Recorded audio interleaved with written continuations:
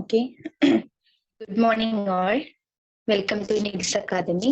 Okay, നമ്മൾ ഇന്ന് നമ്മുടെ കേരള വാട്ടർ അതോറിറ്റിയുടെ MLT മൂന്നാമത്തെ മൊഡ്യൂളായിട്ട് വരും. മൊഡ്യൂൾ പറഞ്ഞു കഴിഞ്ഞാൽ മൂന്നാമത്തെ ടോപ്പിക് നമ്മുടെ ക്ലീനിങ് ആൻഡ് ഡിസിൻഫെക്റ്റൻസിന്റെ ആ ഒരു ഭാഗമാണ് നമ്മൾ ഇന്ന് എടുക്കാനായിട്ട് പോകുന്നത്.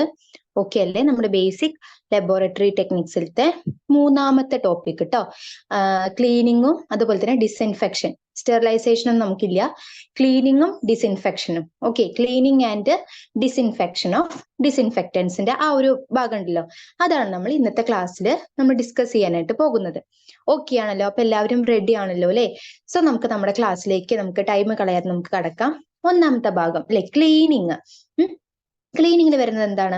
A form of decontamination by removing organic matter, salt and visible soils അല്ലെ. അതായത് നമ്മൾ എന്താ ചെയ്യുന്നത്? ഡീകണ്ടമിനേഷൻ മെത്തേഡ് ആണല്ലേ. എന്തിനു വേണ്ടിയിട്ടാണ്? ഓർഗാനിക് മാറ്റർ അല്ലെങ്കിൽ സോൾട്ടുകൾ അല്ലെങ്കിൽ വിസിബിൾ സോയിലുകൾ ഇതിനൊക്കെ റിമൂവ് ചെയ്യുന്ന ഒരു ഡീകണ്ടമിനേഷൻ ഫോം ആണ് ഏതെന്ന് പറയുന്നത് നമ്മുടെ ക്ലീനിങ് എന്ന് പറയുന്നത്. ഓക്കെ അല്ലേ? Physical actions of scrubbing with detergents or surfactants and rinsing with water, ഇതൊക്കെയാണ് ഈ ക്ലീനിങ് പർപ്പസിൽ വരുന്നത്. ഓക്കെ അല്ലേ? നമ്മൾ ഒന്നുമില്ലെങ്കിൽ ഡിറ്റർജൻസോ, ഇപ്പൊ നമ്മള് ഡിറ്റർജൻസ് എന്ന് പറയുമ്പോൾ നിങ്ങൾക്ക് അറിയാലോ, നമ്മൾ ലബോറട്ടറീസിലും നമ്മളവിടെയൊക്കെ ഉപയോഗിക്കുന്ന ഡിറ്റർജൻസ് നിങ്ങൾക്ക് അറിയാലോ. അപ്പൊ നമ്മൾ ഡിറ്റർജൻസ് അല്ലെങ്കിൽ സർഫക്റ്റൻസ് അല്ലെങ്കിൽ നമ്മൾ വെള്ളം ഉപയോഗിച്ച് തന്നെ നമ്മൾ എന്ത് ചെയ്യുന്നു? ആ ഒരു ക്ലീനിങ് പർപ്പസ് നമ്മൾ നടത്തുന്നു. Necessary step prior to sterilization or disinfection. അപ്പൊ നമ്മൾ ഡിസ്ഇൻഫെക്ഷനോ അല്ലെങ്കിൽ സ്റ്റെറിലൈസേഷനോ സ്റ്റാർട്ട് ചെയ്യുന്നതിന് മുന്നേയുള്ള ഒരു നെസസറി സ്റ്റെപ്പാണ് ഈ ക്ലീനിങ് എന്ന് പറയുന്നത്. ഓക്കെ ആണല്ലോ? അപ്പൊ ക്ലീനിങ് എന്ന് പറയുന്നത് എന്താണ്? ഈ ഓർഗാനിക് മാറ്റർ അല്ലെങ്കിൽ സോൾട്ടുകൾ അല്ലെങ്കിൽ വിസിബിൾ സോയിലുകൾ ഇതിനെയൊക്കെ നമ്മൾ മാറ്റുന്ന അല്ലെങ്കിൽ ഇതിനൊക്കെ നമ്മൾ റിമൂവ് ചെയ്യുന്ന ഒരു മെത്തേഡാണ് ക്ലീനിങ്. അവിടെ നമുക്ക് സ്ക്രബിങ് നമ്മൾ ഡിറ്റർജന്റ് ഉപയോഗിച്ചുകൊണ്ടോ അല്ലെങ്കിൽ മറ്റു നമ്മൾ സർഫക്റ്റൻസ് ഒക്കെ യൂസ് ചെയ്തുകൊണ്ടോ അല്ലെങ്കിൽ വെള്ളം ഉപയോഗിച്ചുകൊണ്ടോ നമുക്ക് എന്ത് ചെയ്യാം? ആ ഒരു ക്ലീനിങ് പർപ്പസ് നമുക്ക് ചെയ്യാനായിട്ട് സാധിക്കും. നമ്മുടെ സ്റ്റെറിലൈസേഷൻ, ഡിസ്ഇൻഫെക്ഷൻ പോലെയുള്ള മെത്തേഡ്സ് സ്റ്റാർട്ട് ചെയ്യുന്നതിന് തൊട്ട് മുന്നേയുള്ള ഒരു ഇമ്പോർട്ടന്റ് ആയിട്ടുള്ള പ്രയോറിറ്റി ഉള്ള ഒരു സ്റ്റെപ്പാണ് ഈ ഒരു ക്ലീനിങ് എന്ന് പറയുന്നത്. ഓക്കെ ആണല്ലോ? ഇനി how can micro organisms B killed? നമുക്ക് എങ്ങനെയാണ് ഇങ്ങനെയുള്ള ഈ മൈക്രോ ഓർഗാനിസത്തിനൊക്കെ, ഇതിൽ അടങ്ങിയിട്ടുള്ള മൈക്രോ ഓർഗാനിസത്തിനൊക്കെ നമുക്ക് നശിപ്പിക്കാൻ നമുക്ക് സാധിക്കുന്നത്? ഒന്ന്, നമുക്ക് എന്ത് ചെയ്യാം? Denaturation of proteins. ഇപ്പൊ എക്സാമ്പിൾ വീറ്റ്, വെറ്റ് ഹീറ്റ് അല്ലെങ്കിൽ എത്തിലിൻ ഓക്സൈഡ് നമുക്ക് വരുന്നുണ്ട് കേട്ടോ, അതിൽ ഡീറ്റെയിൽ ആയിട്ട് പറഞ്ഞുതരാം. അപ്പോൾ വെറ്റ് ഹീറ്റ് അല്ലെങ്കിൽ എത്തിലിൻ ഓക്സൈഡ് പോലെയുള്ള പ്രോട്ടീനുകളിൽ ഉപയോഗിച്ചുകൊണ്ടുള്ള ഡീനാച്ചുറേഷൻ. രണ്ടാമത്തത് ഓക്സിഡേഷൻ, പിന്നെ ഫിൽട്രേഷൻ, പിന്നെ interruption of DNA synthesis or repair, പിന്നെ ഇന്റർഫറൻസ് വിത്ത് പ്രോട്ടീൻ സിന്തസിസ്. ഈ ഒരു പർപ്പസിലൂടെയൊക്കെ നമുക്ക് എന്ത് ചെയ്യാൻ പറ്റും? മൈക്രോ ഓർഗാനിസത്തിന് നമുക്ക് കിൽ ചെയ്യാൻ പറ്റുമെന്നാണ് പറയുന്നത്. ഓക്കെ ആണല്ലോ? ഇനി നമുക്ക് ഇതിന്റെ ഡെഫിനിഷൻ എന്താ നമുക്ക് നോക്കി നോക്കാം.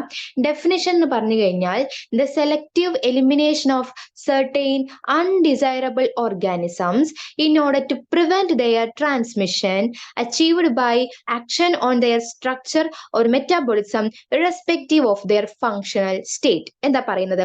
അതായത് നമ്മൾ എന്താണ് ഈ ഒരു ക്ലീനിങ് കൊണ്ട് നമ്മൾ ഉദ്ദേശിക്കുന്നത്? എന്താണ്? ഇത് അടങ്ങിയിട്ടുള്ള അൺഡിസൈറബിൾ ആയിട്ടുള്ള ഓർഗാനിസത്തിന്റെ എലിമിനേഷൻ ആണ് അല്ലെ. എന്തിനു വേണ്ടിയിട്ടാണ്? അതിന്റെ ട്രാൻസ്മിഷൻ നമ്മൾ തടയാൻ വേണ്ടിയിട്ട് അല്ലെ. എങ്ങനെ നമുക്ക് അത് അച്ചീവ് ചെയ്യാൻ പറ്റും? By action on their structure, അല്ലെങ്കിൽ അവരുടെ സ്ട്രക്ചറിലോ അല്ലെങ്കിൽ മെറ്റാബോളിസത്തിലോ ഒക്കെ നമുക്ക് ചേഞ്ചസ് വരുത്തിയിട്ട് നമുക്ക് എന്ത് ചെയ്യാൻ പറ്റും? ആ ഒരു ഓർഗാനിസത്തിന്റെ ട്രാൻസ്മിഷൻ നമുക്ക് തടയാനായിട്ട് സാധിക്കും. അങ്ങനെ നമുക്ക് അതിനെ എലിമിനേറ്റ് ചെയ്ത് കളയാനായിട്ട് സാധിക്കും. അതിനെയാണ് നമ്മൾ എന്തെന്ന് പറയുന്നത്? ഈ ഒരു ക്ലീനിങ് എന്ന് പറഞ്ഞ പർപ്പസ് കൊണ്ട് ഉദ്ദേശിക്കുന്നത്. ഇനി ഡിസ്ഇൻഫെക്ഷൻ എന്ന് പറഞ്ഞ എന്താണ്? Disinfection does not necessarily kill all the microorganisms but reduces them to a level acceptable for a defined purpose. അതായത് ബ്രിട്ടീഷ് സ്റ്റാൻഡേർഡ്സിൽ എന്താ പറയുന്ന ഡിസ്ഇൻഫെക്ഷൻ എന്ന് ചോദിച്ചു കഴിഞ്ഞു കഴിഞ്ഞാൽ, ഡിസ്ഇൻഫെക്ഷൻ എന്ന് പറഞ്ഞു കഴിഞ്ഞാൽ മൈക്രോ ഓർഗാനിസത്തിനെ ഒന്നങ്ങനെ കിൽ ചെയ്യുക എന്നല്ല, നശിപ്പിച്ച് കളയുക എന്നല്ല, മറിച്ച് അവരുടെ ആ ഒരു അല്ലെ, അവരുടെ ഒന്ന് കുറയ്ക്കുക, റെഡ്യൂസ് ചെയ്യുക, മൈക്രോ ഓർഗാനിസത്തിനെ റെഡ്യൂസ് ചെയ്യുക ടു എ ആക്സെപ്റ്റബിൾ ലെവൽ. നമ്മൾ എന്ത് ചെയ്യുന്നു? അതിനെ നമുക്ക് ആക്സെപ്റ്റ് ചെയ്യാൻ പറ്റുന്ന ഒരു മിനിമം ലെവലിലേക്ക് നമ്മൾ എന്ത് ചെയ്യുന്നു? അതിനെ കുറയ്ക്കുകയാണ് നമ്മൾ ഈ ഒരു ഡിസ്ഇൻഫെക്ഷൻ എന്നുകൊണ്ട് ഉദ്ദേശിക്കുന്നത്. പിടികിട്ടിയോ? അപ്പൊ ഡിസിൻഫെക്ഷൻ എന്ന് പറഞ്ഞാൽ കംപ്ലീറ്റ്ലി അതിനെ നശിപ്പിച്ച് കളയുക എന്നല്ല, അതിന് പുറമെ നമുക്ക് എന്ത് ചെയ്യാണ്, അതിന്റെ ഒരു ലെവലിലേക്ക്, ഒരു മിനിമം ലെവലിലേക്ക് നമ്മൾ അവരെ റെഡ്യൂസ് ചെയ്ത് കൊണ്ടുവരിക. അതാണ് ഡിസിൻഫെക്ഷൻ കൊണ്ട് നമ്മൾ ഉദ്ദേശിക്കുന്നത്. ഓക്കെ അല്ലെ? ഇനി ഒരു ഐഡിയൽ ഡിസിൻഫെക്റ്റന്റ് ഷുഡ് ബി, എങ്ങനെയായിരിക്കണം ഒരു ഡിസിൻഫെക്റ്റന്റ്? അതിന് വൈഡ് സ്പെക്ട്രം ഓഫ് ആക്ടിവിറ്റി ഉണ്ടായിരിക്കണം, ആക്റ്റീവ് ആയിരിക്കണം, in the presence of organic matter.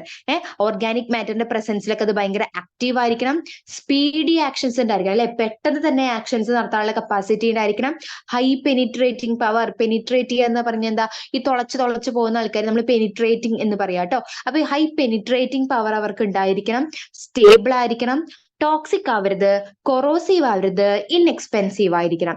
അപ്പൊ നമ്മൾ ചൂസ് ചെയ്യുന്ന ഡിസിൻഫെക്റ്റന്റ്, അപ്പൊ നമുക്കറിയാലോ ഡിസിൻഫെക്റ്റന്റ് ഉപയോഗിച്ചുകൊണ്ടാണ് നമ്മൾ ഡിസിൻഫെക്ഷൻ ചെയ്യുന്നത് അല്ലെ. അപ്പൊ നമ്മൾ ഉപയോഗിക്കുന്ന ഡിസിൻഫെക്റ്റൻസിന് കുറച്ച് ക്യാരക്ടറിസ്റ്റിക്സ് അല്ലെങ്കിൽ കുറച്ച് പ്രോപ്പർട്ടീസ് ഉണ്ടായിരിക്കണം. അത് ഏതൊക്കെയാണെന്ന് നോട്ട് ചെയ്ത് വെക്കേണ്ടതിൽ ഒന്നാണ്, അതിന് വൈഡ് സ്പെക്ട്രം ഓഫ് ആക്ടിവിറ്റി ഉണ്ടായിരിക്കണം, പിന്നെ ഓർഗാനിക് മാറ്ററിന്റെ പ്രസൻസിൽ അത് ആക്റ്റീവ് ആയിരിക്കണം, സ്പീഡി ആക്ഷൻസ് ഉണ്ടായിരിക്കണം, അത് സ്ലോ ആയിരിക്കരുത്, സ്പീഡായിട്ട് റിയാക്ഷൻസ് ഒക്കെ നടത്തണം, ഹൈ പെനിട്രേറ്റിംഗ് പവർ ഉണ്ടായിരിക്കണം, സ്റ്റേബിൾ ആയിരിക്കണം, ടോക്സിക് ആയിരിക്കരുത്, കൊറോസീവ് ആയിരിക്കരുത്, നമുക്ക് മേടിക്കാം അല്ലെങ്കിൽ നമുക്ക് എക്സ്പെൻസീവ് ആയിരിക്കരുത്, ഇൻഎക്സ്പെൻസീവ് ആയിരിക്കണം, അല്ലെങ്കിൽ നമുക്ക് കോസ്റ്റ് ഫ്രണ്ട്ലി ആയിരിക്കണം, അല്ലെങ്കിൽ നമുക്ക് ഈസി ആയിട്ട് നമുക്ക് അവൈലബിൾ ആയിട്ടുള്ള ഒന്നായിരിക്കണം ആ ഡിസിൻഫെക്റ്റന്റ് എന്ന് പറയുന്നത്. ഓക്കെ അല്ലെ? ഇനി factors determining the potency of the disinfectant. ഒന്നാമത് പറയുന്നത് concentration of the substance. Okay, അത് ആ ഡിസിൻഫെക്റ്റന്റ് പൊട്ടൻസിനെ ഡിറ്റർമൈൻ ചെയ്യുന്ന ഫാക്ടേഴ്സ്, ഘടകങ്ങൾ ഏതൊക്കെയാണ്? Factors determining the potency of disinfectant. ഡിസിൻഫെക്റ്റന്റിന്റെ പൊട്ടൻസിനെ ഡിറ്റർമൈൻ ചെയ്യുന്ന ഫാക്ടേഴ്സിൽ ഒന്ന് സബ്സ്റ്റൻസിന്റെ കോൺസെൻട്രേഷൻ. ഓക്കെ ആണല്ലോ. രണ്ട്, ആക്ഷൻ ടൈം അല്ലെങ്കിൽ ടൈം ഓഫ് ആക്ഷൻ. മൂന്ന്, മീഡിയത്തിന്റെ pH ഓഫ് ദ മീഡിയം. നാല്, ടെമ്പറേച്ചർ. അഞ്ച്, നേച്ചർ ഓഫ് ദ ഓർഗാനിസം. ആറ്, presence of extraneous materials. Okay അല്ലെ? Extraneous materials.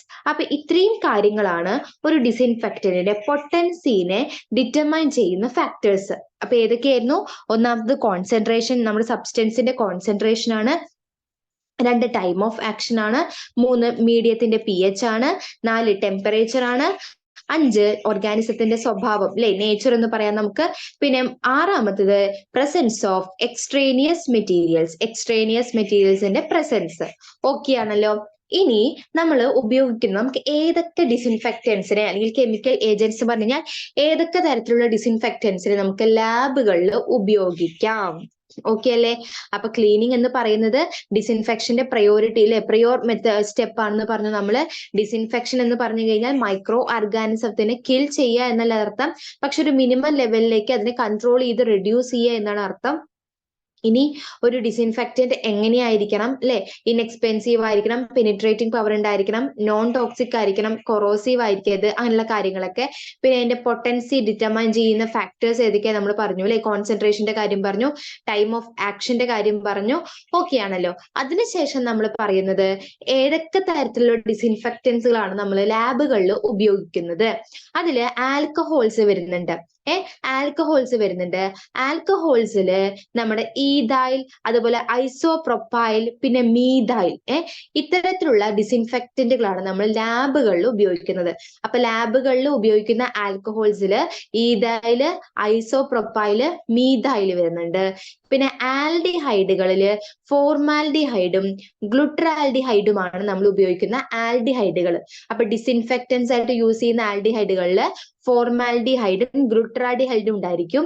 പിന്നെ ഡൈസ് ഉണ്ട്, ഹാലജൻസ് ഉണ്ട്, ഫീനോൾസ് ഉണ്ട്, സർഫസ് ആക്റ്റീവ് ഏജന്റുകൾ ഉണ്ട്, മെറ്റാലിക് സോൾട്ടുകൾ ഉണ്ട്, പിന്നെ ഗ്യാസസ്, അതില് എഥിലീൻ ഓക്സൈഡ്, ഫോർമാൽഡിഹൈഡ്, ബീറ്റ പ്രൊപ്പിയോലാക്ടോൺ, ഇത്രയും ആൾക്കാരെയാണ് നമ്മൾക്ക് എന്തായിട്ട് ഉപയോഗിക്കാൻ പറ്റാവുന്നത്? നമ്മുടെ ഡിസിൻഫെക്റ്റൻസ് ആയിട്ട് യൂസ് ചെയ്യാൻ പറ്റാവുന്നത്. അപ്പം വളരെ ചെറിയ ടോപ്പിക്കുകളാണ് കേട്ടോ നമ്മൾ പോയിന്റ് ഔട്ട് ചെയ്ത് കൊടുത്തിരിക്കുന്നതാണ് എളുപ്പത്തിൽ പഠിക്കാൻ വേണ്ടിയിട്ട്. അപ്പൊ ഇത് നന്നായിട്ട് പഠിച്ചാൽ മതി കേട്ടോ. ആൽക്കഹോൾസില് ഈഥൈൽ, അതുപോലെ ഐസോപ്രിൽ, അതുപോലെ തന്നെ മീഥൈൽ ആൽക്കഹോൾസ് ആണ് വരുന്നത്. ആൽഡിഹൈഡുകളിൽ ഫോർമാൽഡിഹൈഡും ഗ്ലൂട്ടറാൽഡിഹൈഡ് ആണ് വരുന്നത്. പിന്നെ ഡൈസ് വരുന്നുണ്ട്, പിന്നെ ഹാലജൻസ്, ഫീനോൾസ് വരുന്നുണ്ട്, സർഫസ് ആക്റ്റീവ് ഏജന്റുകൾ വരുന്നുണ്ട്, മെറ്റാലിക് സോൾട്ടുകൾ വരുന്നുണ്ട്.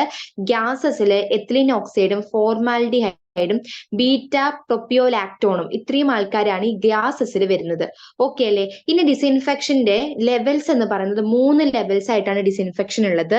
ഹൈ ഉണ്ട്, ഇന്റർമീഡിയറ്റ് ഉണ്ട്, ലോ ഉണ്ട്. ഓക്കെ, ഹൈ ഉണ്ട്, ഇന്റർമീഡിയറ്റ് ഉണ്ട്, ലോ ഉണ്ട്.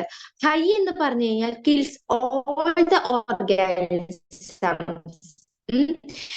Except high number of sports. അപ്പൊ പറഞ്ഞു കഴിഞ്ഞാൽ ഹൈ ഡിസിൻഫെക്ഷൻ ചെയ്യും, പക്ഷെ എക്സെപ്ഷൻ കേസ് ഏതായിരിക്കും? ഹൈ നമ്പർ ഓഫ് സ്പോർട്സ് അവിടെ എക്സെപ്ഷണൽ കേസ് ആയിരിക്കും. ഓക്കെ അല്ലെ? അതുപോലെ പ്രയോൺസുകളും എക്സാമ്പിൾ ആയിട്ട് നമുക്ക് ആൽഡിഹൈഡ്സും എത്തിലീൻ ഓക്സൈഡുകളും നമുക്ക് ഹൈ ലെവൽ ഡിസിൻഫെക്ഷന് വേണ്ടി ഉപയോഗിക്കാൻ പറ്റും. ഓക്കെ അല്ലെ? ഇനി ഇന്റർമീഡിയറ്റ് എന്ന് പറഞ്ഞാൽ ഈ ഇടത്തരം ആൾക്കാർ അല്ലെ, അത് മൈക്രോ ബാക്ടീരിയാസിനെയാണ് കിൽ ചെയ്യുന്നത്. മോസ്റ്റ്ലി വൈറസുകള്, അതുപോലെ ബാക്ടീരിയ, ഫംഗി, അല്ലാതെ സ്പോർസിനെ അല്ല കിൽ ചെയ്യുന്നുണ്ടാവുന്നത്. മനസ്സിലായോ?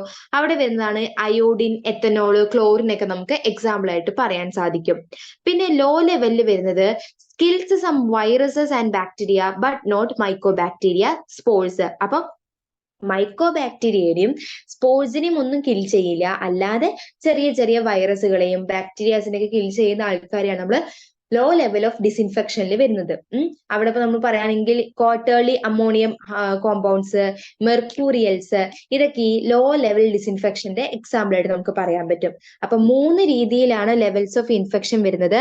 ഹൈ ഉണ്ട്, ഇന്റർമീഡിയറ്റ് ഉണ്ട്, ലോ ഉണ്ട്. ഹൈ ഉണ്ട്, ഇന്റർമീഡിയറ്റ് ഉണ്ട്, ലോ ഉണ്ട്. അതിൽ ഹൈ എന്ന് പറയുന്ന സമയത്ത് അത് എന്ത് ചെയ്യുന്നു? എല്ലാ ഓർഗാനിസത്തിനെയും കില്ല് ചെയ്യും. എക്സെപ്ഷണൽ കേസ് ആയിട്ട് വരുന്നത് സ്പോർസും പ്രയോൺസും ആയിരിക്കും. ഇനി ഇന്റർമീഡിയറ്റ് എന്ന് പറയുമ്പോൾ അവര് കിൽ ചെയ്യുന്നത് മൈക്രോ ബാക്ടീരിയാസിനെ ആയിരിക്കും, മോസ്റ്റ്ലി വൈറസസ്, അതുപോലെ ബാക്ടീരിയാസ്. എന്നാൽ ഫംഗി പക്ഷെ അല്ലാതെ സ്പോർസിനൊന്നും അവർ കിൽ ചെയ്യില്ല. ലോ ലെവലിൽ വരുമ്പോൾ kills some viruses and bacteria but not micro bacteria and spores. Okay അല്ലെ? ഇനി നമുക്ക് ഓരോരുത്തരായിട്ട് നമുക്കൊന്ന് ജസ്റ്റ് ഒന്ന് ഓടിച്ചു വിട്ട് പറയാവുന്നതേ ഉള്ളൂ. നിങ്ങൾക്ക് വായിച്ചു നോക്കിക്കഴിഞ്ഞാൽ ഈസി ആയിട്ട് മനസ്സിലാക്കാൻ പറ്റാവുന്ന ഭാഗങ്ങളേ ഉള്ളൂ കേട്ടോ. അപ്പൊ അത്തരത്തിലുള്ള പോയിന്റ്സേ നമ്മൾ കൊടുത്തിട്ടുള്ളൂ കേട്ടോ. നോട്ട്സ് ആയിട്ട് നമ്മൾ അത്തരത്തിലും ഈസി ആയിട്ടുള്ള ഭാഗങ്ങളാണ് നമ്മൾ തന്നിട്ടുള്ളത് കേട്ടോ. അപ്പൊ ആൽക്കഹോൾസ് ആണ് നമ്മൾ ആദ്യത്തെ ഡിസിൻഫെക്റ്റൻസിൽ പറയുന്നത്. അതിൽ വരുന്നത് ethyl alcohol, methyl alcohol, isopropyl alcohol. നമ്മൾ പറഞ്ഞു കഴിഞ്ഞ കാര്യമായിരുന്നു അല്ലെ, മെയിൻ ഹെഡിങ്ങിന്റെ അവിടെ നമ്മൾ പറഞ്ഞു ആൽക്കഹോൾസ് നമുക്ക് എന്തായിട്ട് പറയാൻ പറ്റും? ഈ ഡിസിൻഫെക്റ്റൻസിൽ നമുക്ക് പറയാനായിട്ട് സാധിക്കും. അതിൽ ആൽക്കഹോൾസ് മൂന്ന് പേരെ നമ്മൾ ഉപയോഗിക്കുന്നത്. ഈഥൈൽ ആൽക്കഹോൾസ് ഉണ്ട്, മീഥൈൽ ആൽക്കഹോൾസ് ഉണ്ട്, ഐസോപ്രിൽ ആൽക്കഹോൾസ് ഉണ്ട്. ഓക്കെ ആണല്ലോ? അതുപോലെ ബാക്ടീരിയസിഡൽ, ട്യൂബർകുലോയിസിഡൽ, ഫംഗിസിഡൽ, വൈറുസിഡൽ, ഇങ്ങനെയുള്ള ഭാഗത്തൊക്കെയാണ് ഈ ആൽക്കഹോൾസിന്റെ ഉപയോഗം വരുന്നത്. അല്ലാതെ ഡു നോട്ട് ആക്ട് ഓൺ സ്പോർസിലൊന്നും ഇവർ ആക്ട് ചെയ്യില്ല.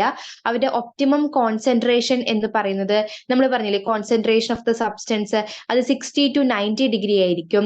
പിന്നെ അവരുടെ മെക്കാനിസം ഓഫ് ആക്ഷൻ എന്ന് പറയുന്നത് ഡീനാച്ചുറേഷൻ ഓഫ് പ്രോട്ടീൻസ്, അതാണ് അവരുടെ മെത്തേഡ് ഓഫ് ആക്ഷൻ എന്ന് പറയുന്നത്. ഓക്കെ അല്ലെ? അപ്പൊ ഈഥൈൽ ആൽക്കഹോള്, മീഥൈൽ ആൽക്കഹോള്, ഐസോപ്രിൽ ആൽക്കഹോളൊക്കെ ആൽക്കഹോൾസിന്റെ ഗ്രൂപ്പിൽ വരുന്നതാണ്. ഇവര് സ്പോർസിലൊന്നും ആക്ട് ചെയ്യില്ല, അല്ലാതെ ബാക്ടീരിയസിഡൽ, ട്യൂബർകുലോയിസിഡൽ, ഫംഗിസിഡൽ, വൈറുസിഡൽ പോലുള്ളതൊക്കെയാണ് നമ്മൾ ആക്ട് ചെയ്യുന്നത്. അവരുടെ ഒപ്റ്റിമം കോൺസെൻട്രേഷൻ തന്നിട്ടുണ്ട്. പിന്നെ അവരുടെ മെക്കാനിസം ഓഫ് ആക്ഷൻ എന്ന് പറയുന്നത് ഡീനാച്ചുറേഷൻ ഓഫ് പ്രോട്ടീൻസ് ആയിരിക്കും. ഓക്കെ ആണല്ലോ? ഇനി അടുത്തതാണ് ഈഥൈൽ ആൽക്കഹോൾസിന്റെ കാര്യം ഒന്ന് ഓർത്ത് വെക്കണം. ഈഥൈൽ ആൽക്കഹോൾ 60 to 80% ആയിരിക്കും അവരുടെ concentration. Is virucidal for all lipophilic viruses and hydrophilic viruses. അപ്പോൾ എവിടേക്കാണ് ഇതിന്റെ ആക്ഷൻ വരുന്നത് ചോദിച്ചു കഴിഞ്ഞാൽ ഈ ഈഥൈൽ ആൽക്കഹോൾ എന്ന് പറയുന്നത് വൈറസിഡൽ ആണ്. ലിപ്പോഫിലിക് വൈറസസുകൾക്കും ഹൈഡ്രോഫിലിക് വൈറസസുകൾക്കും എന്ത് എക്സെപ്ഷണൽ കേസാണ്? ഹെപ്പറ്റൈറ്റിസ് എ, അതുപോലെ പോളിയോ വൈറസുകളൊക്കെ ഇവിടുത്തെ എക്സെപ്ഷണൽ കേസാണ്. പിന്നെ ഐസോപ്രോപ്പനോൾ എന്ന് പറയുന്നത് വെരി ആക്റ്റീവ് ആയിട്ടുള്ള ഒരാളാണ്. It is against all the lipophilic viruses. 70% of ethanol എന്ന് പറയുന്നത് active against Cryptococcus, Blastomyces, Coccidioides. Okay, ഇവിടെയൊക്കെ എന്താണ് ഈ 70% എത്തനോൾ എന്ന് പറയുന്നത് ആക്റ്റീവ് അഗെയിൻ ആയിരിക്കും. ഓക്കെ അല്ലെ, പിടികിട്ടിയല്ലോ അല്ലെ. ഇനി എന്താ വെച്ച് കഴിഞ്ഞാൽ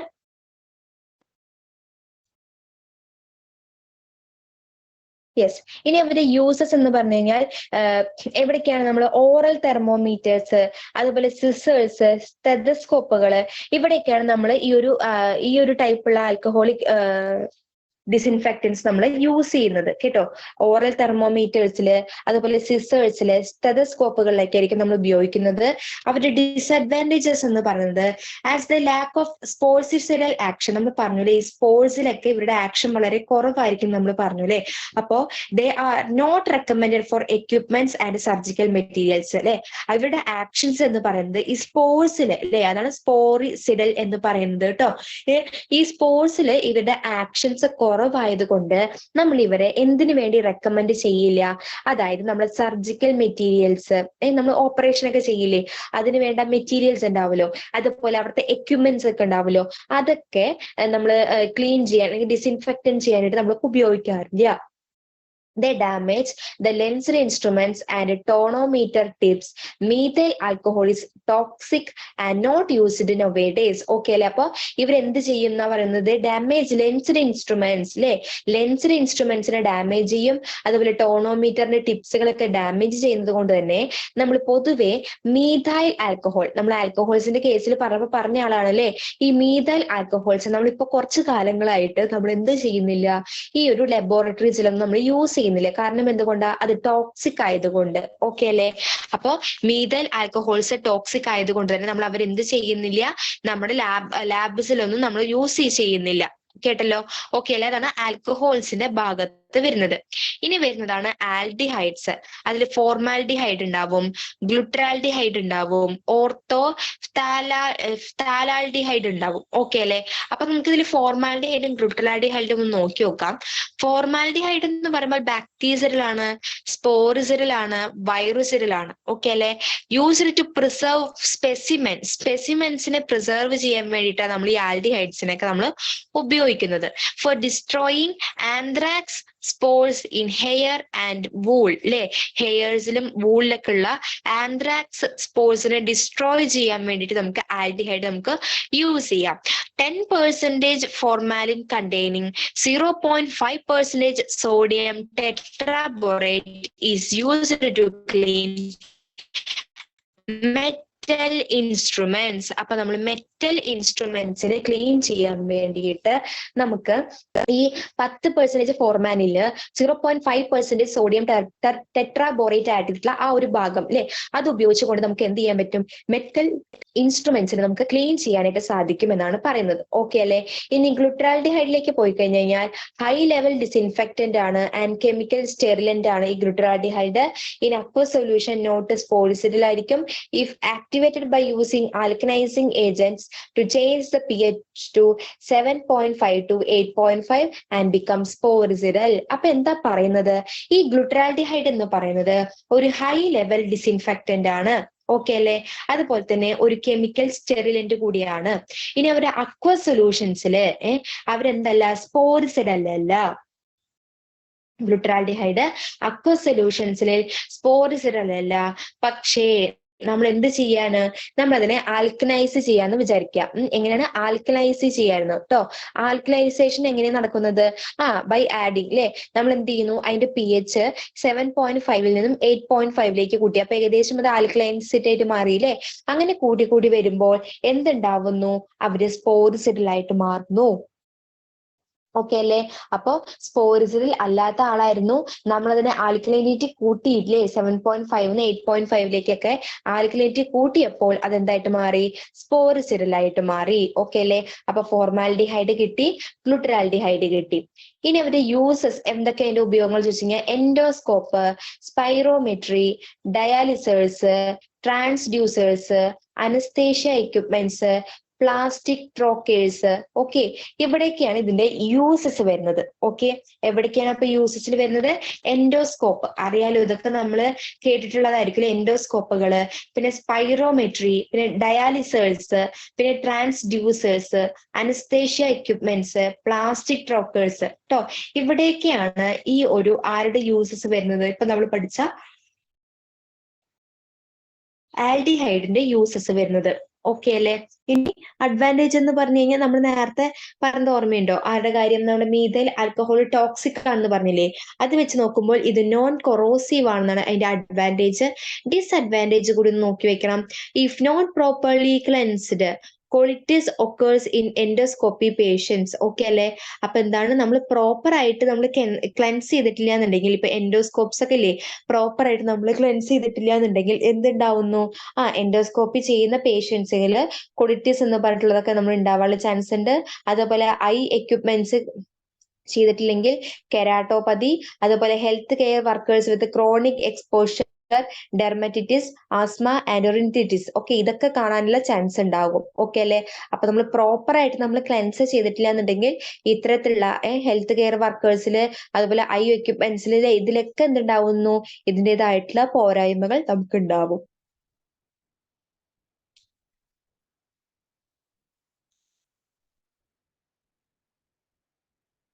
ഓക്കെ അല്ലേ?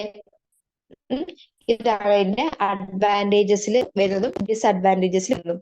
ഈ ഡൈസില് അനിലിൻ ഡൈസും അക്രിഡിൻ ഡൈസും ആണ് വരുന്നത്. അനിലിൻ ഡൈസ് എന്ന് പറയുമ്പോൾ brilliant green, malachite green, crystal violet, ഈ കളേഴ്സിലൊക്കെ ആയിരിക്കും ഈ അനിലിൻ ഡൈസ് ഉണ്ടാവുന്നത്. അത് more active against gram positive, non toxic ആണ്, നോൺ അപ്പൊ ഓർഗാനിക് മെറ്റീരിയൽ വെച്ചതാണ്. പ്രോഫ്ലവിൻ, എഫ്ലുവിൻ, അമിനാക്രീൻ അല്ലെ, ഇതൊക്കെ നമ്മൾ മേ ബി കേട്ടിട്ടുണ്ടാവും അല്ലെ. ഇവരൊക്കെ നമ്മൾ അക്രിഡിൻ ഡൈസിൽ ഉൾപ്പെട്ടിട്ടുള്ളത്. അവര് ആക്റ്റീവ് അഗെയിൻസ്റ്റ് ഗ്രാം പോസിറ്റീവ് ആയിട്ടുള്ള ആൾക്കാരുമായിട്ട് ആക്റ്റീവ് ആയിരിക്കും അക്രിഡിൻ ഡൈസ് എന്ന് പറയുന്നത്. ഓക്കെ അല്ലെ? പിന്നെ ഹാലജൻസ് ആണ് അടുത്തത് വരുന്നത്. അത് ബാക്ടീരിയസിഡൽ, വൈറസിഡൽ ആൻഡ് സ്പോറിസിഡൽ ആയിരിക്കും. ഈ ഹാലജൻസിൽ നമുക്ക് ക്ലോറിനും അയോഡിനായിട്ട് മെയിൻ ആയിട്ട് വരുന്ന ഭാഗങ്ങള്. അതിൽ ക്ലോറിൻ എന്ന് പറയുന്നത് നമുക്ക് എന്ത് ചെയ്യാം? ഈ ക്ലോറിൻ ടാബ്ലറ്റുകളൊക്കെ നമുക്ക് വാട്ടർ ഡിസിൻഫെക്ഷന് വേണ്ടി നമുക്ക് യൂസ് ചെയ്യാം. അതുപോലെ സോഡിയം ഹൈപ്പോക്ലോറൈറ്റ് കേട്ടിട്ടുണ്ടാവും അല്ലെ? സോഡിയം ഹൈപ്പോക്ലോറൈറ്റ് നമ്മൾ എന്തിനു വേണ്ടിയിട്ടാണ്? Disinfection of equipment, sodium hypochlorite for disinfection of equipment soiled with blood. Okay, അതിനൊക്കെ വേണ്ടിയിട്ട് നമ്മൾ ക്ലോറിൻ ഹാലജൻ നമ്മൾ യൂസ് ചെയ്യുന്നത്.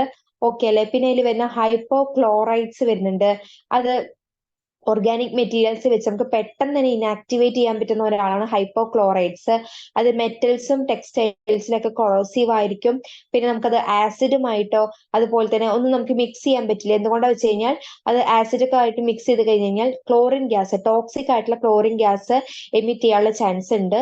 പിന്നെ ഇവരുടെ ആക്ടിവിറ്റി എന്ന് പറഞ്ഞു കഴിഞ്ഞാൽ ഇവർ very active against bacteria, viruses including HIV and HBV കേട്ടോ.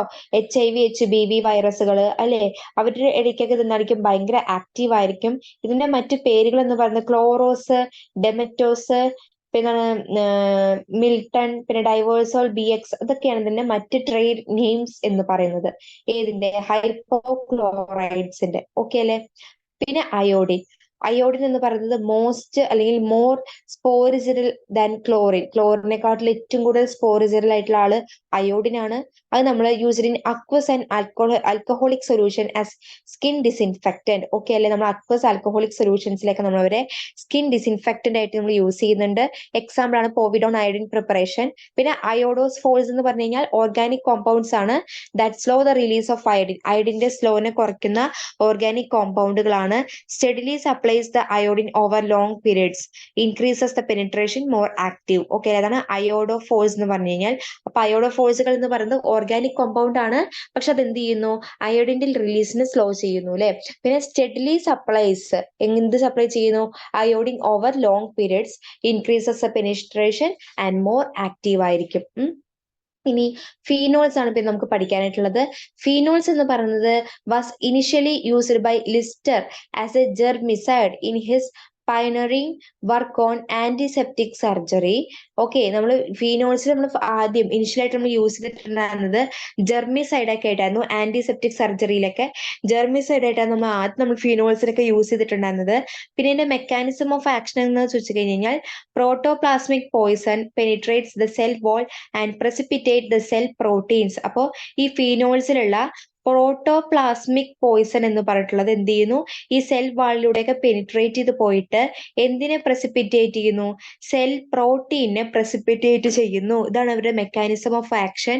ഇത് ബാക്ടീരിയാസ്, മൈക്കോ ബാക്ടീരിയ ഇതൊക്കെ ആയിട്ട് എന്താണ് ആക്റ്റീവ് ആണ്. പക്ഷേ നമ്മുടെ എൻഡോസ്പോഴ്സും വൈറസുമായിട്ടൊക്കെ ലിറ്റിൽ ആക്റ്റീവ്നെസ് മാത്രമേ കാണിക്കുന്നുള്ളൂ. പിന്നെ എന്താണ്, will not inactive HIV within 30 minutes, resist to inaction by organic matter,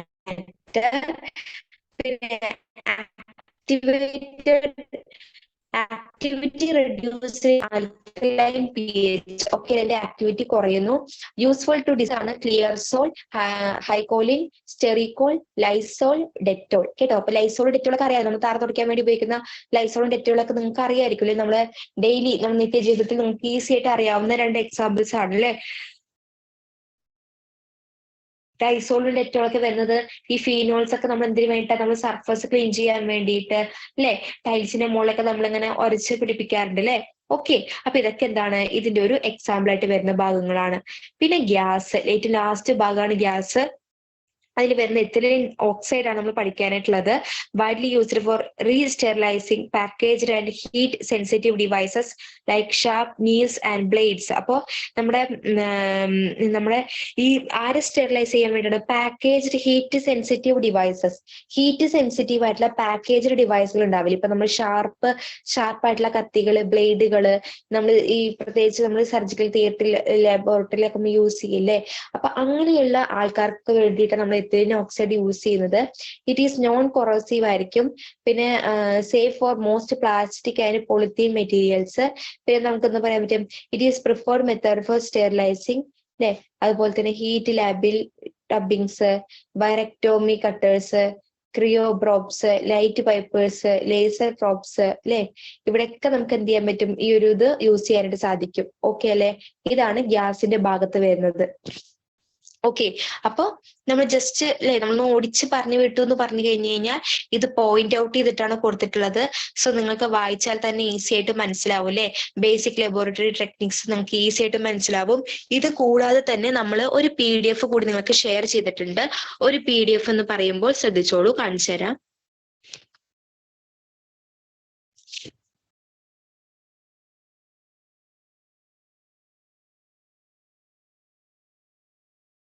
നമ്മൾ ഷെയർ ചെയ്തിട്ടുള്ള മറ്റൊരു PDF എന്ന് പറയുന്നത് ഇതല്ല.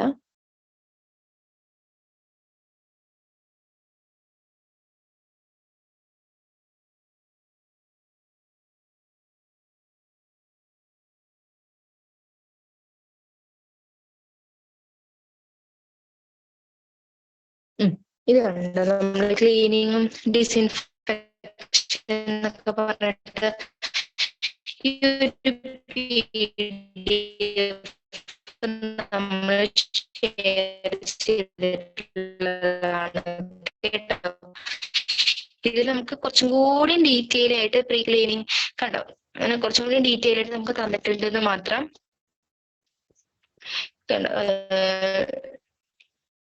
Critical items, semi critical items, non critical items.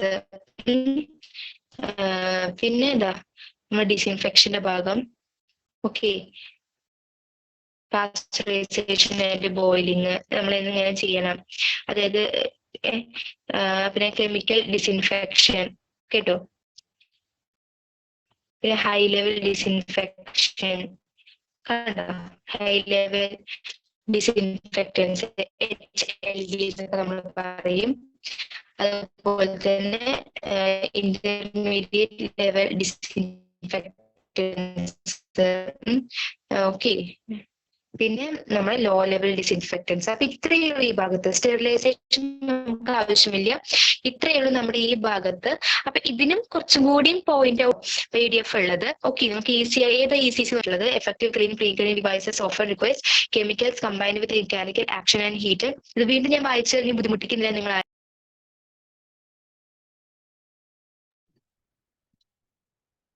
ഒരു മിനിറ്റ്.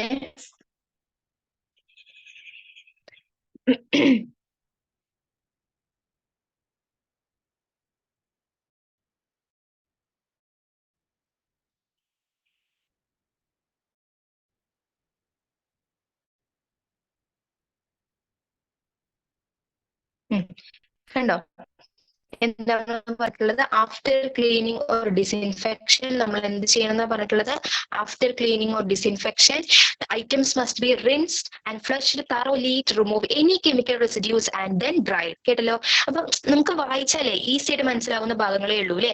ജസ്റ്റ് നമ്മൾ എന്ത് ചെയ്യുന്നു, നമ്മൾ എത്രത്തോളം നമ്മൾ റിൻസ് ഡ്രൈ ചെയ്യണം. ഓക്കെ അല്ലേ? ഇതൊക്കെ നമ്മൾ എന്ത് ചെയ്യണം? പ്രോപ്പർ ആയിട്ട് എന്ത് ചെയ്യണം? സ്റ്റോർ ചെയ്ത് വെക്കണം അല്ലെ. വിത്തൗട്ട് കണ്ടാമിനേഷൻ, വീണ്ടും കണ്ടാമിനേഷൻ വരാതെയും വീണ്ടും ഡാമേജസ് ഒന്നും വരാതെ നമ്മൾ എന്ത് ചെയ്യണം? ഇതിനെ സൂക്ഷിച്ചു വെക്കണം. ഓക്കെ, മനസ്സിലായില്ലേ? പിന്നെ ഇവിടെ വരുന്ന ഭാഗങ്ങള് ഇതാണ് ക്രിട്ടിക്കൽ ഐറ്റംസും അതുപോലെ തന്നെ അതായത് നമ്മൾ സ്പോൾഡിംഗ് ക്ലാസിഫിക്കേഷൻ എന്ന് പറഞ്ഞാൽ 1968 Spaulding semi critical, non critical, അതായത് അവരുടെ potential to spread infections spread ചെയ്യാൻ ബേസ് നമുക്ക് 3 ആയിട്ട് നമുക്ക് തരംതിരിക്കാം. ക്രിട്ടിക്കൽ ഐറ്റംസ് എന്ന് പറഞ്ഞു കഴിഞ്ഞാൽ നോർമലി സ്റ്റെറൈൽ ടിഷ്യൂസ്, പിന്നെ വാസ്കുലർ സിസ്റ്റം അല്ലെങ്കിൽ equipment through which blood flows, നമ്മളിപ്പോ പറയാല്ലേ സർജിക്കൽ ഇൻസ്ട്രുമെന്റ്സ്, വാസ്കുലർ കാതറ്റേഴ്സ്, ഇതൊക്കെയാണ് ഈ ക്രിട്ടിക്കൽ ഐറ്റംസിൽ വരുന്നുണ്ടാവുന്നത്. ഓക്കെ അല്ലെ? ഈ ഐറ്റംസ് ഒക്കെ നമ്മൾ പ്രോപ്പർലി സേഫ്ലി പ്രീ ക്ലീൻ ചെയ്യണം ആൻഡ് സ്റ്റെറിലൈസ്ഡ് ബിഫോർ യൂസ്, നമ്മൾ ഉപയോഗിക്കുന്നതിന് മുന്നേ. പിന്നെ സെമി ക്രിട്ടിക്കൽ ഐറ്റത്തിൽ വരുന്നതാണ് came into contact with intact mucous membranes അല്ലെങ്കിൽ നോൺ ഇൻടാക്ട് സ്കിൻ. ഇപ്പൊ നമ്മൾ ഫ്ലെക്സിബിൾ ആയിട്ടുള്ള ഫൈബ്രോപ്റ്റിക് എൻഡോസ്കോപ്പുകള്, പിന്നെ vaginal probes and respiratory therapy equipments, ഇതൊക്കെയാണ് ഇതിന്റെ എക്സാമ്പിൾസ് ആയി വരുന്നത് ഈ സെമി ക്രിട്ടിക്കൽ ഐറ്റത്തില്. These items require proper cleaning and at minimum high level disinfection before use. Okay അല്ലെ? ഹൈ ലെവൽ ഡിസിൻഫെക്ഷൻ എന്നൊക്കെ നമ്മൾ പഠിച്ചു കഴിഞ്ഞതാണ് അല്ലെ. പിന്നെ നോൺ ക്രിട്ടിക്കൽ ഐറ്റത്തിൽ വരുന്നതാണ് നമ്മുടെ ബ്ലഡ് പ്രഷർ കപ്സുകള്, സ്റ്റെതസ്കോപ്പുകള്. ഓക്കെ, അത്ര ക്രിട്ടിക്കൽ അല്ലാത്ത ഐറ്റത്തിൽ വരുന്നതാണ്. അപ്പോ ഇതൊക്കെ എന്ത് ചെയ്യാം? നമ്മൾ പീരിയോഡൊക്കെ ആയിട്ട് ക്ലീൻ ചെയ്യണം, വൈപ്പ് ഡൗൺ ചെയ്യണം, അത് തുടച്ചു നീക്കണം അല്ലെ. With a natural detergent 70% ethanol in water is usually advocate ആയിട്ടുള്ളതാണ്. ഓക്കെ അല്ലേ? അറിയാവുന്ന കാര്യങ്ങളാണല്ലോ അല്ലെ. മനസ്സിലായിട്ടുണ്ടാവും വിചാരിക്കുന്നു അല്ലെ. അപ്പൊ സ്പോൾഡിംഗ് സിസ്റ്റം ക്ലാസിഫിക്കേഷൻ നമുക്ക് യൂസ്ഫുൾ ആണ്. Adjusting to suit current requirements, prions with their unusual resistance to many physical chemical agents and the emergence of spore former Clostridium difficile as a healthcare associated pathogen are forcing and re-examination of medical device reprocessing. Okay ആണല്ലോ. നമുക്ക് ഇനി ഇവിടെ വേണ്ട item എന്ന് പറയുന്നത്, വേണ്ട കാര്യം പിന്നെ വേണ്ടത് ഇതാണ്, processing medical devices. Reprocessing medical devices, disinfection നമ്മൾ പറഞ്ഞു കഴിഞ്ഞു. നമ്പർ ഓഫ് പാത്തോജൻസ് അല്ലെ, പാത്തോജൻസിന്റെ എണ്ണം കുറയ്ക്കുന്നു. On an inanimate surface or object using heat, എന്തുപയോഗിച്ച് നമുക്ക് ഡിസിൻഫെക്ഷൻ ചെയ്യാം. Most disinfection procedures have a little activity against bacterial spores. Any reduction in spore load is mainly achieved by mechanical action and flushing. Okay അല്ലെ? Pasteurisation and boiling എന്ന് പറയുമ്പോൾ നമുക്ക് ചില critical items, semi critical items, ഇപ്പൊ നമ്മൾ പറഞ്ഞില്ലേ നമ്മുടെ respiratory therapy, പിന്നെ അനസ്തേഷ്യ എക്യുപ്മെന്റ്സ് ഒക്കെ ഉണ്ടാവുമല്ലോ, ഇതൊക്കെ നമുക്ക് പാസ്ചറൈസ് ചെയ്യാം ബൈ ഹീറ്റിംഗ് ഇൻ വാട്ടർ. നമുക്ക് വാട്ടറിൽ വെച്ച് ഹീറ്റ് ചെയ്തുകൊണ്ട് നമുക്ക് ഇതിനെ പാസ്ചറൈസ് ചെയ്യാനായിട്ട് സാധിക്കും. All their parts must remain well immersed throughout അല്ലെ, നല്ലതായിട്ട് നമ്മൾ ഇമേഴ്സ് ചെയ്ത് വെക്കണം. Hold heat about 65 to 70 degree Celsius അല്ലെ, ആ ഒരു ടെമ്പറേച്ചർ വേണം നമ്മൾ മെയിൻറ്റെയിൻ ചെയ്യാനായിട്ട്. ഏകദേശം ഒരു 30 മിനിറ്റ് ആണ് സഫീഷ്യന്റ് ആയിട്ടുള്ള ടൈം എന്ന് പറയുന്നത്. ഓക്കെ അല്ലേ? ഇനി എന്താണ്? Immersion of heat resistant items in boiling water for 10 minutes can sustainably reduce the pathogen load but must never be regarded as sterilization. അപ്പൊ നമ്മൾ സ്റ്റെറിലൈസേഷൻ ആണ് നമ്മൾ വിചാരിക്കരുത്. Pasteurization and boiling are thus low tech and chemical free methods.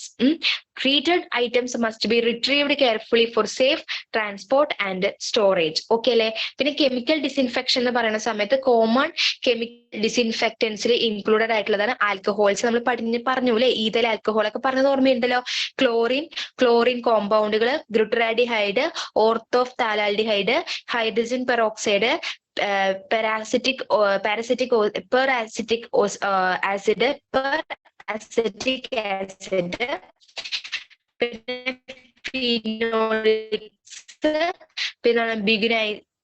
biguanides and quaternary ammonium compounds.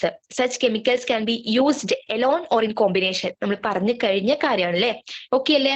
ഇനി എന്താണ് വെച്ച് കഴിഞ്ഞാൽ പിന്നെ ഇവിടെ നമുക്ക് എന്താണ് വേണ്ടത്? പിന്നെ ഇവിടെ ആവശ്യമായിട്ടുള്ളത് നമ്മളിപ്പോ പഠിച്ച ഹൈ ലെവൽ ലോ ലെവൽ ഡിസിൻഫെക്റ്റൻസും ഹൈ ലെവൽ ഡിസിൻഫെക്റ്റൻസ് ആണ് വരുന്നത് അല്ലെ. ഓക്കെ, ഹൈ ലെവൽ ഡിസിൻഫെക്റ്റൻസിൽ നമ്മൾ എന്താ പറഞ്ഞിട്ടുണ്ടായിരുന്നത്? HLD എന്നാണ് പറയാ. അത് active against vegetative bacteria, viruses, fungi, mycobacteria അല്ലെ. നമ്മൾ അവിടെ പറഞ്ഞ കഴിഞ്ഞ കാര്യങ്ങളായിരുന്നു കേട്ടോ. ഹൈ ലെവൽ ഡിസിൻഫെക്റ്റൻസിൽ പിന്നെ നമ്മൾ ആൽഡിഹൈഡ്സ് പഠിച്ചത് ഓർമ്മയില്ലേ? ഗ്ലൂട്ടറാൽഡിഹൈഡും ഓർത്തോഫ്താലാൽഡിഹൈഡും. ഓക്കെ, ഓക്സിഡൈസേഴ്സിൽ ഹൈഡ്രജൻ പെറോക്സൈഡ്, അസറ്റിക് ആസിഡ് വരുന്നുണ്ടാകും. ഓക്കെ, ആൽഡിഹൈഡ്സ് നമ്മൾ നോൺ കൊറോസീവ് ആണ്, നമുക്ക് സേഫ് ആയിട്ട് നമുക്ക് ഉപയോഗിക്കാനായിട്ട് സാധിക്കും. ഓക്കെ അല്ലേ? നമ്മൾ പറഞ്ഞു കഴിഞ്ഞാൽ അല്ലെ ഓക്കെ ആണല്ലോ, ക്ലിയർ അല്ലേ അല്ലെ? ഓക്കെ. പിന്നെ ഇന്റർമീഡിയറ്റ് ലെവൽ ഡിസിൻഫെക്റ്റൻസ് ഉണ്ട്. അവര് vegetative bacteria, mycobacteria, fungi അല്ലെ, അതുപോലെ വൈറസുകൾ, ഇതിനൊക്കെ കില്ലുന്നത്. They fail to kill spores അല്ലെ. അവര് സ്പോർസിനൊക്കെ കില്ല് ചെയ്യാൻ ഫെയിൽ ചെയ്യുന്ന ആൾക്കാരാണ്, ഓർത്ത് വെക്കുക. പിന്നെ ലോ ലെവൽ ഡിസിൻഫെക്റ്റൻസിൽ വരുന്നതാണ് അല്ലെ. അവര് വെജിറ്റേറ്റീവ് ബാക്ടീരിയ, അതായത് മൈക്കോ ബാക്ടീരിയസ് ഒന്നും അവര് എഫക്ട് ചെയ്യുന്നില്ല. പിന്നെ വൈറസസ്, സം ഫംഗീസിനൊക്കെ എഫക്ട് ചെയ്യുള്ളൂ അല്ലെ. Main cases washing with unmedicated soap and water would be sufficient in place of LLD അല്ലെ. അപ്പൊ നമുക്ക് എന്ത് ചെയ്യാൻ പറ്റും? നമുക്ക് സോപ്പ് വാട്ടർ ഒക്കെ യൂസ് ചെയ്ത് നമുക്ക് ക്ലെൻസ് ചെയ്ത് കഴിഞ്ഞാൽ ഈ ഒരു ലോ ലെവൽ ഡിസിൻഫെക്റ്റൻസിന് നമുക്ക് റിമൂവ് ചെയ്യാനായിട്ട് നമുക്ക് സാധിക്കും. ഓക്കെ ആണല്ലോ? അപ്പൊ നേരത്തെ നമ്മൾ പറഞ്ഞിട്ടുണ്ടായിരുന്നത് അതിന്റെ PDF ആയിരുന്നു, അത് പോയിന്റ് ഔട്ട് ചെയ്ത് തന്നിട്ടുണ്ടായിരുന്നതായിരുന്നു. ഇത് കുറച്ചും കൂടി ബ്രീഫ് ആയിട്ട് നമുക്ക് ഒരു എക്സ്പ്ലനേഷൻ ഭാഗമാണ്. നിങ്ങൾക്ക് ഏത് വേണമെങ്കിലും നോക്കാം, നിങ്ങളുടെ ഇഷ്ടമാണ്. വേണമെങ്കിൽ നിങ്ങൾക്ക് സ്വയം നോട്ട്സ് പ്രിപ്പയർ ചെയ്ത് പഠിക്കാം. ഓക്കെ, ജസ്റ്റ് ഒരു റെഫറൻസിന് വേണ്ടിയിട്ടാണ് ഞാൻ ഈ ഒരു PDF നിങ്ങൾക്ക് അയച്ചു തന്നിട്ടുള്ളത് കേട്ടോ. ഈ ഒരു PDF നിങ്ങൾക്ക് നോക്കിയിട്ട് അതുമായിട്ട് റിലേറ്റ് നിങ്ങൾക്ക് നോട്ട്സ് ഉണ്ടാക്കാം കേട്ടോ. പോയിന്റ് ഔട്ട് ചെയ്ത് പഠിക്കാനും പറ്റും. ഓക്കെ അല്ലെ? ഇതൊക്കെ ഡിസിൻഫെക്റ്റൻസിന്റെ ഭാഗത്ത് വരുന്നതാണ്. സോ നമുക്ക് move on to next topic, അല്ലെങ്കിൽ അതിന്റെ നെക്സ്റ്റ് ഭാഗത്തേക്ക് നമ്മൾ മൂവ് ചെയ്യുകയാണെന്നുണ്ടെങ്കിൽ അടുത്തത് നമുക്ക് വേണ്ടത് നമ്മുടെ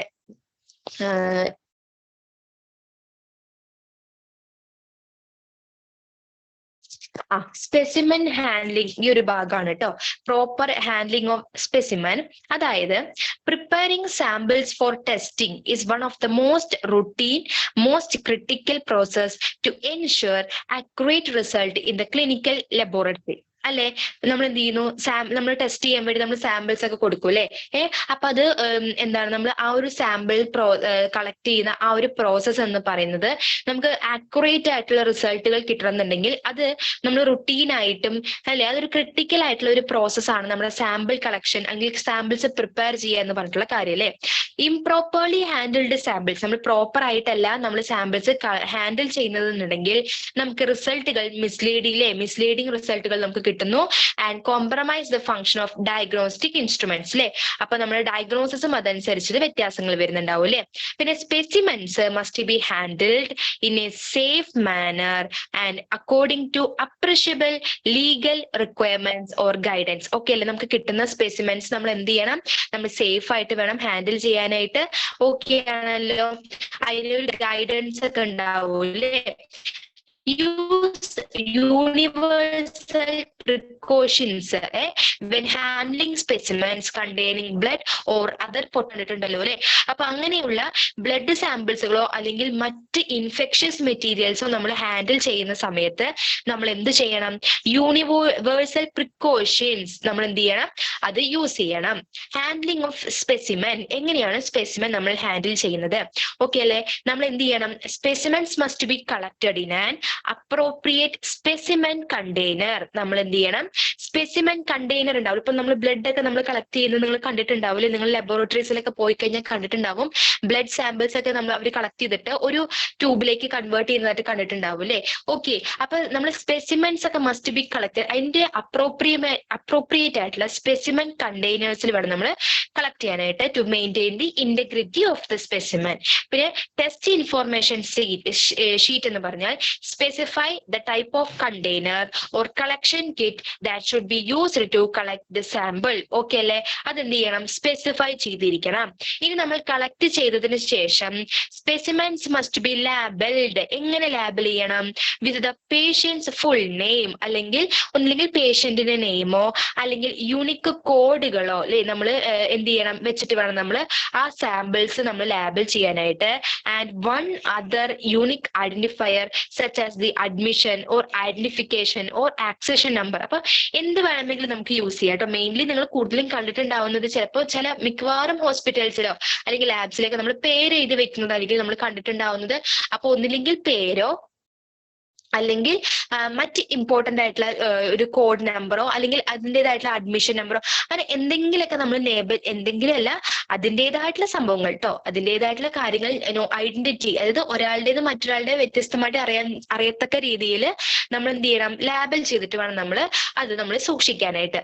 most specimens must be stored between 2 to 8 degree Celsius അല്ലെ. മോസ്റ്റ്ലി എല്ലാ സ്പെസിമെൻസും നമ്മൾ ഈ ഒരു ടെമ്പറേച്ചറിലാണ് നമ്മൾ സൂക്ഷിച്ചു വെക്കുന്നത്.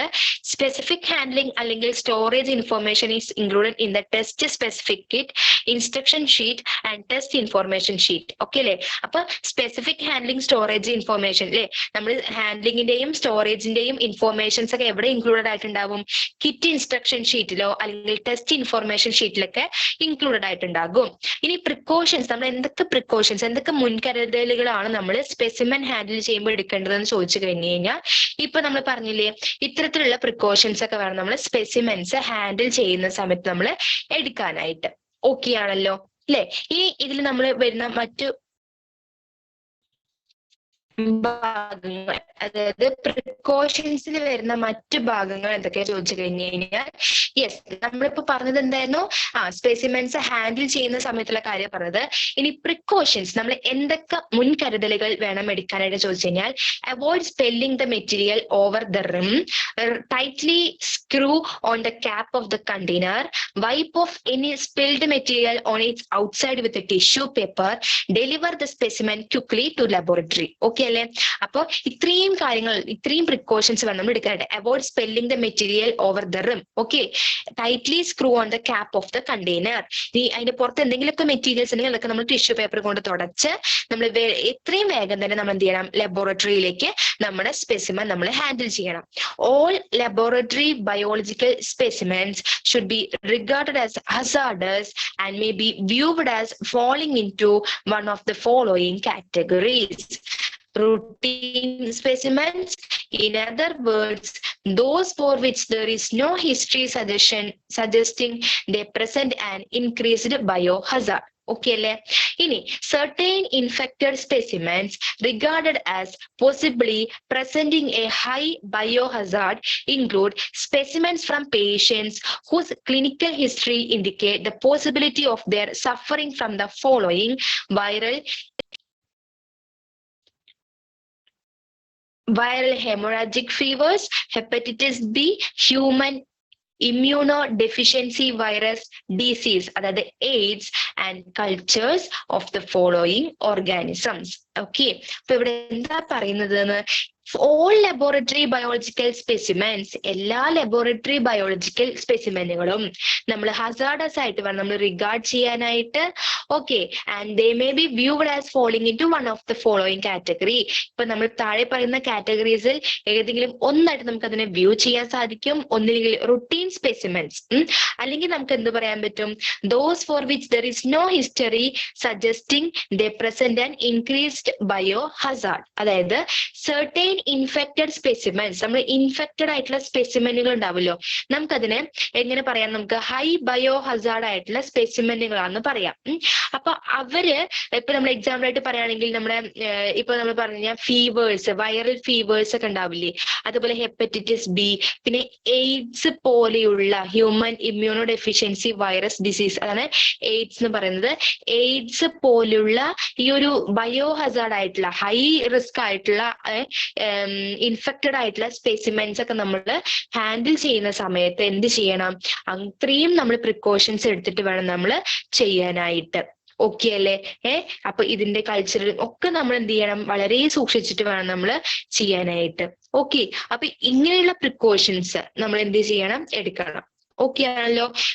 അപ്പൊ ശ്രദ്ധിക്കേണ്ട കാര്യങ്ങൾ ഒന്നും കൂടി പറഞ്ഞു തരാം എന്ന് പറഞ്ഞു കഴിഞ്ഞാൽ നമ്മുടെ സ്പെസിമെൻ ഹാൻഡ്ലിങ്ങിന്റെ പാർട്ടാണ് ഇപ്പൊ നമ്മൾ പറഞ്ഞുകൊണ്ടിരിക്കുന്നത്. നമ്മൾ എങ്ങനെ വേണം സ്പെസിമെൻസ് ഹാൻഡിൽ ചെയ്യാന്ന് ചോദിക്കുമ്പോൾ നമ്മൾ എന്ത് ചെയ്യണം, ആദ്യം നമ്മൾക്ക് കിട്ടുന്ന സാമ്പിൾസ് എന്ന് പറയുന്നത് നമ്മൾ കറക്റ്റ് ആയിട്ട് വേണം നമ്മൾ അത് എന്ത് ചെയ്യാനായിട്ട്, നമുക്ക് കിട്ടിയ സാമ്പിൾ നമ്മൾ കറക്റ്റ് ആയിട്ട് വേണം നമ്മൾ പ്രോസസ് ചെയ്യാനായിട്ട്. എന്നാലും നമുക്ക് അക്യുറേറ്റ് ആയിട്ടുള്ള റിസൾട്ടുകൾ നമുക്ക് കിട്ടുന്നുണ്ടാവുള്ളൂ. ഇംപ്രോപ്പർലി നമ്മൾ ഹാൻഡിൽ ചെയ്ത് കഴിഞ്ഞാൽ ആ റിസൾട്ടുകൾ നമുക്ക് ഇംപ്രോപ്പർ ആയിട്ടുള്ള റിസൾട്ടുകളായിരിക്കും കിട്ടുന്നത്. അതിന് ഡയഗ്നോസിസും വളരെ ബുദ്ധിമുട്ടായിരിക്കും. അതുപോലെ തന്നെ സ്പെസിമെൻസ് വളരെ സേഫ് മാനറിൽ വേണം നമ്മൾ ഹാൻഡിൽ ചെയ്യാനായിട്ട്. സ്പെസിമെൻസ് നമ്മൾ ഹാൻഡിൽ ചെയ്യുമ്പോൾ യൂണിവേഴ്സൽ പ്രിക്കോഷൻസ് നമ്മൾ യൂസ് ചെയ്യണം. നമ്മളെ ബ്ലഡ് സാമ്പിളിലെ അതുപോലെ ഇൻഫെക്ഷ്യസ് ആയിട്ടുള്ള മെറ്റീരിയൽസ് ഒക്കെ നമ്മൾ ഹാൻഡിൽ ചെയ്യുന്ന സമയത്ത് അതിനെ നമ്മൾ അതിൻ്റെതായിട്ടുള്ള കണ്ടെയ്നേഴ്സിലൊക്കെ വെച്ചിട്ട് വേണം നമ്മൾ ചെയ്യാനായിട്ട്.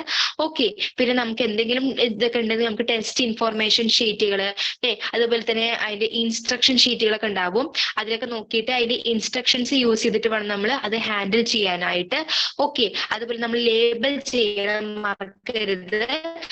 നമ്മള് സാമ്പിളൊക്കെ കളക്ട് ചെയ്ത് കഴിഞ്ഞാൽ നമ്മളതിൽ ലേബൽ ചെയ്യണം. ഒന്നില്ലെങ്കിൽ ഫുൾ നെയിം വെച്ചിട്ടോ അല്ലെങ്കിൽ കോഡ് നമ്പർ ഒക്കെ ഉണ്ടാവും, അതൊക്കെ വെച്ച് നമ്മൾ ലേബൽ ചെയ്യണം. പിന്നെ നമ്മളിത് സ്റ്റോർ ചെയ്യേണ്ടത് ഏകദേശം 2 to 8 ഡിഗ്രി സെൽഷ്യസ് ആ ഒരു ടെമ്പറേച്ചറിലായിരിക്കും നമ്മൾ സ്റ്റോർ ചെയ്യാനായിട്ട് വെക്കേണ്ടത്. പിന്നെ നമുക്ക് ഇതിന്റെ സ്റ്റോറേജ് ഇൻഫോർമേഷനോ അല്ലെങ്കിൽ സ്പെസിഫിക് ഹാൻഡ്ലിംഗ് ഇൻഫോർമേഷൻസ് ഒക്കെ ഒരു കിറ്റ് ഉണ്ടാവില്ല. ഇത് കിറ്റ് ഇൻസ്ട്രക്ഷൻ ഷീറ്റുകൾ അല്ലെങ്കിൽ ടെസ്റ്റ് ഇൻഫോർമേഷൻ ഷീറ്റിലൊക്കെ നോക്കി കഴിഞ്ഞാൽ നമുക്ക് കിട്ടുന്നതായിരിക്കും.